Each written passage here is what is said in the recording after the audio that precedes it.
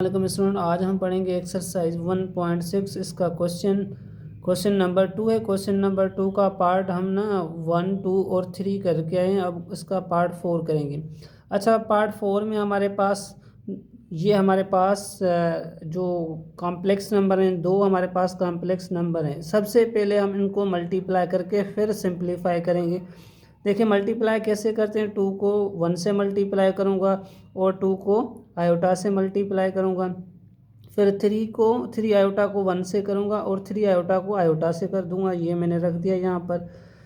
2 को 1 से मल्टीप्लाई करूँ, 2 को आयोटा से, 2 आयोटा प्लस 3 को आयोटा से 3 आयोटा और 3 आयोटा को आयोटा से तो 3 आयोटा स्क्वायर। आप लोगों को पता है कि आयोटा स्क्वायर किसके बराबर होती है? -1 के। तो यहाँ पर आयोटा स्क्वायर को रिप्लेस करके उसकी जगह -1 पुट कर दूँ। 3 और -1 क्या बनेगा? 3 को -1 से मल्टीप्लाई करूँ -3, तो यहाँ पर मैंने -3 रख दी।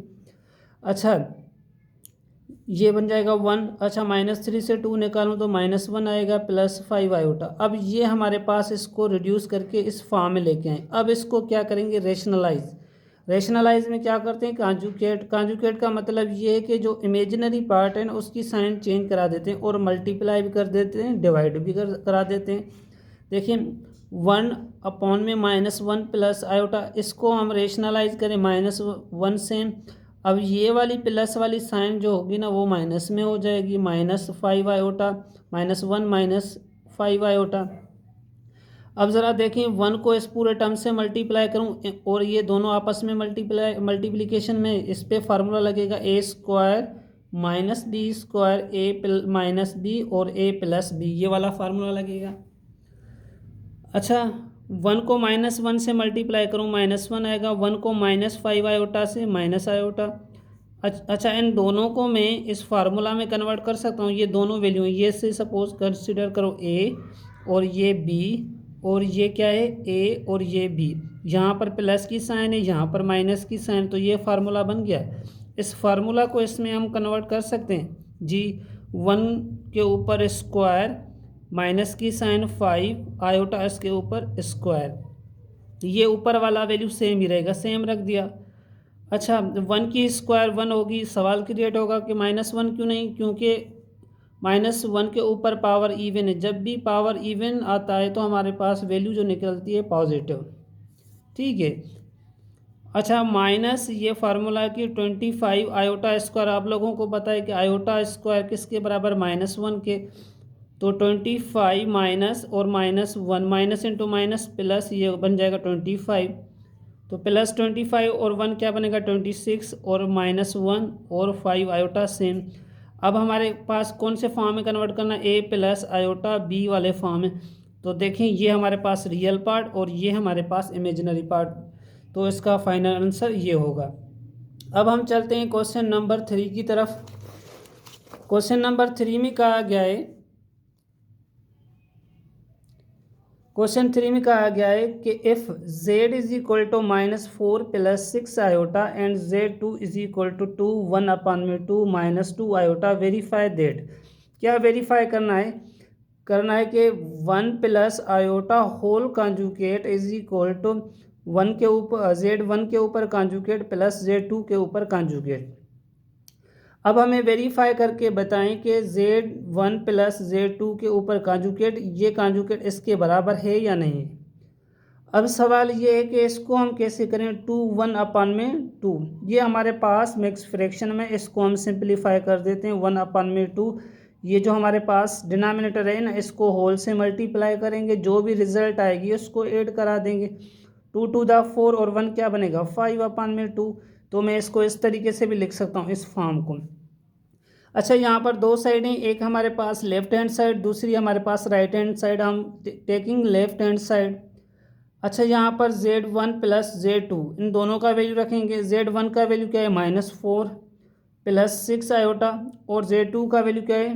2 होल 1/2 -2 आयोटा। इसको इसमें कन्वर्ट कर सकता हूँ, तो 5/2 -2 आयोटा। अब z1 + z2 के ऊपर कॉन्जुगेट लगा दूंगा तो इसके ऊपर भी कॉन्जुगेट होगा। कॉन्जुगेट का मतलब ये है कि आप इमेजिनरी जो हमारे पास नंबर है ना उसकी साइन चेंज कर दें। देखें Z1 plus Z2 whole conjugate, तो ये देखें इसका हमने कॉन्जुकेट सिंपलीफाई किया तो -6 आयोटा आया, और इसका किया तो हमारे पास प्लस में 2 आया, क्योंकि यहाँ पर इसमें माइनस की साइन थी। अब क्या करेंगे, रियल पार्ट से रियल पार्ट को साथ रखा देंगे और इमेजिनरी को इमेजिनरी के साथ। अब ज़रा देखें, ये होगा -4 प्लस 5 अपान में 2 -6 आयोटा प्लस 2 आयोटा। अच्छा, 2 आयोटा से मैं -6 आयोटा से 2 आयोटा निकालूं तो -4 आयोटा आएगा। अब इनका डिनोमिनेटर सेम करना है, क्योंकि ये हमारे पास ऐड नहीं हो पाएंगे जब तक इनका डिनोमिनेटर सेम नहीं होगा। तो यहाँ भी 2 से मल्टीप्लाई करूँगा, यहाँ भी 2, क्योंकि इनका डिनोमिनेटर सेम होगा तभी ये ऐड हो पाएंगे। तो -4 टू द 8 और 1 को 2 से 2 प्लस 5 अपान में 2 -4 आयोटा। अब दोनों का डिनोमिनेटर एक जैसा है तो हम एक बार लिख देंगे। -8 प्लस 5 तो क्या बन जाएगा, -3 अपान में 2 -4 आयोटा। ये Z1 plus Z2 whole conjugate का आंसर है। अब ये हमने किया है लेफ्ट हैंड साइड, अब वो करेंगे राइट हैंड साइड। इसको कैसे करते हैं राइट हैंड साइड पे,